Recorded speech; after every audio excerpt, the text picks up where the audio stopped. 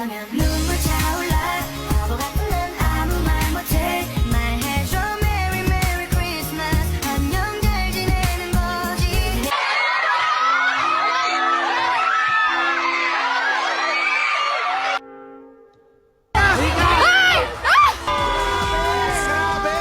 Mabuhay ang mga Batanggenya!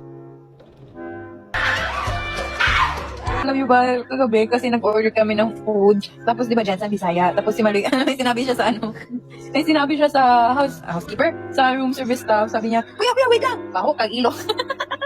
Ano meaning nun? Bako, kag-ilok. Bako, kag-ilok. Ang Tagalog means, ang baho ng kilikili mo. Walang name. So, alam mo, ay meron nga. Walang name. Walang name. Kanina ko pa sinasabi yun. Meron.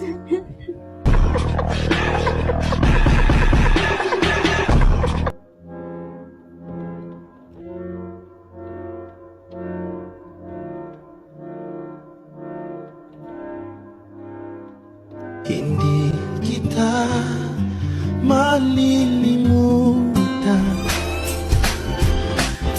Sama tayo at walang First question is, bakit hindi mo na dapat tayo umuwi?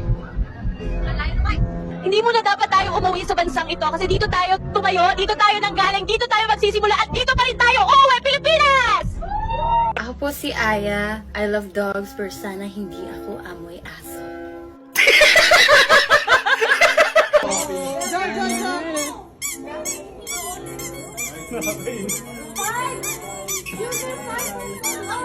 Hi, ako si Bini Stacy, kilala bilang Maria Clara na asawa ni Ibarra. Ay! Go! Wala! Eto!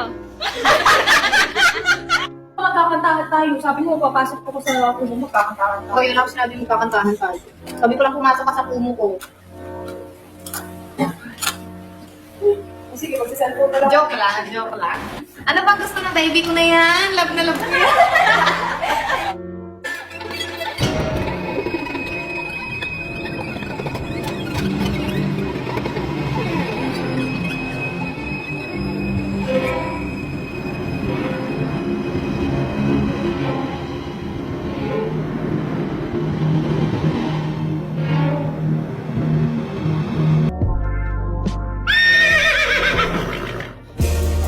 Basta importante buhay ka.